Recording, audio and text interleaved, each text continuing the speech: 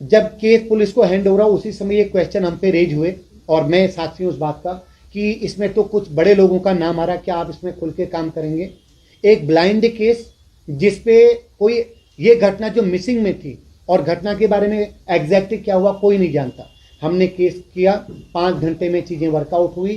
तीनों अभियुक्तों को विद प्रमाण हमने रिमांड पे लिया और अभी भी वो जेल में है। और दौराने विवेचना काफी सारी चीजें आई, कुछ नाम उसने कि ये व्यक्ति।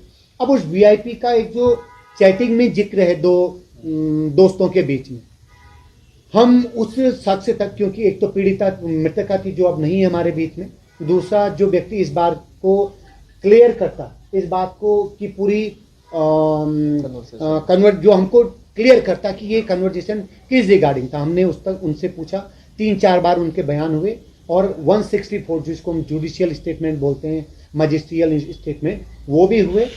उनका ये कहना था कि साहब मैं जब 16 तारीख को वहाँ आया हूँ उस समय एक शख्स वहाँ, जो शायद कई बार सोशल मीडिया में चला है, जो जिनके साथ 2-3 लोग थे, कुछ अटैची थी और कुछ हुलिया हमको डिफाइन किया, क्योंकि उस व्यक्ति की वहाँ एग्जिस्टेंस को होटल के स्टाफ ने भी एग्री किया, लेकिन रिकॉर्ड में चूंकि वो केवल 1-2 या 2.5 घंटा वहाँ पर उस बंदे ने स्टे किया। अब हमारा अगला उस वीआईपी को फाइंड आउट करने का एकमात्र सूत्र था पुष्पदीप जो मित्र है। तो मित्र से जब हमने कहा कि साहब हाँ मैंने देखा, मैंने उससे उनके जो साथ आए थे उनसे बात भी करी और मेरा मानना है कि ये वीआईपी वही होगा जो मंडे को आना था, जो मंडे को वीआईपी आना था वाली बात, कई बार ये चीज़ें आती हैं।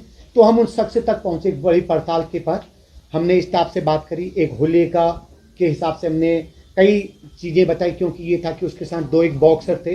ये चीज़ चूँकि पहले भी शायद मैं इस अंदाज में हमने आपसे बात करी, लेकिन डिटेल चूँकि आज मामला कन्विक्टेड है और पब्लिक डोमेन में सारे फैक्ट हैं, हाई कोर्ट का आदेश हो, ट्रायल कोर्ट का जो फाइनल वर्डिक्ट हो, वो सारे वर्डिक्ट ऑलरेडी पब्लिक डोमेन में आ चुके हैं।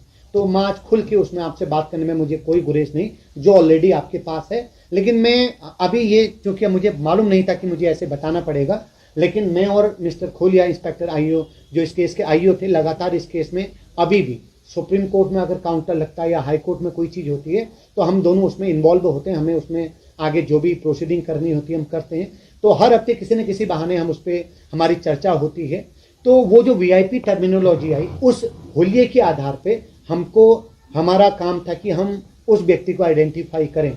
तो जो एक बनाया, तो ऐसे हुलिये के कुछ लोग जो हमको लगे कि ये तो हमारा प्राइम मकसद था कि उस शख्स से पूछा जाए जहां से ये टर्मिनोलॉजी पैदा जनरेट हुई है। तो उन्होंने को जब बताया, उन्होंने कहा साहब ये व्यक्ति है।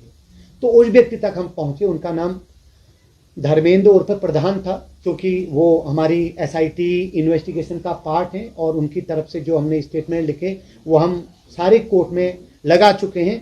तो उनके बयान हमारे पास हैं और मित्र से जब हमने पूछा जो पुष्पदीप हैं, तो उन्होंने इस बात को माना, हाँ साहब ये वही व्यक्ति है जो उस दिन 16 तारीख को मैंने देखा था और इनसे मेरी बात हुई थी। तो ये उस वीआईपी टर्मिनोलॉजी का फाइनल इन था अकॉर्डिंग टू एसआईटी। लेकिन उसके बाद जो कई बार जो चीज़ें आई कि ये हो सकते हैं, वो हो सकते हैं, हर एंगल पे काम करना हमारी जिम्मेदारी थी। हमने हर एंगल पे काम किया, वो डंप डेटा हो, वो सीडीआर हो, वो उस दौरान या उससे आगे। क्योंकि एक बात आप फैक्ट आपके दिमाग में जरूर आना चाहिए, घटना 18 तारीख की रात को हो गई और ये वर्कआउट हुआ है 22 तारीख को। तो इन 5 दिनों में एक नॉर्मल कोर्स में चीज़ें चल रही। तो उस दौरान क्या कोई शख्स आया, या जितने लोग उस दौरान उस रिजॉर्ट में उन्होंने अपनी बुकिंग करी, वो काम के नाम पे आए, किसी भी बहाने उनका वहाँ एग्जिस्टेंस था। हमारी एसआईटी, क्योंकि एक अच्छी खासी टीम थी, डीआईजी रैंक की ऑफिसर उसको लीड कर रही थी, तो हर एंगल पे, हर उस व्यक्ति पे हमने काम किया कि उस व्यक्ति का एग्जिस्टेंस वहाँ क्यों था और वो वहाँ क्या करने आया था। तो ये जो शख्स जिनका मैंने आपको नाम लिया, ये शख्स वहाँ पर क्यों थे, किस मकसद से आए थे और किसके माध्यम से वहाँ पर आए थे, ये हमारा जब क्लियर हुआ तो हमने माना कि इनका मकसद उस होटल में आकर के रुकना या कुछ करना नहीं। उनको, वो शख्स नोएडा को बिलोंग करते थे, उन्होंने वहाँ लैंड सर्च के लिए एक आदमी से डील करी थी, वो शख्स खाना खिलाने के लिए उनको वहाँ पर लाया था, केवल 2-3 घंटे वहाँ स्टे किए हैं। अब उसके बाद धर्मेंद्र कुमार उर्फ प्रधान, फिर और भी कई सारी चीज़ें चली, जैसे आपने सोशल मीडिया में या कई सारे स्टेक होल्डर्स में कुछ नाम देखे, उन नामों पे हमने सब में काम किया। कोई भी ऐसा रेलिवेंट और तथ्य हमारे पास नहीं था कि वीआईपी नाम का कोई व्यक्ति उन सब से जिस पे हम काम कर चुके हैं कोई एग्जिस्ट करता है।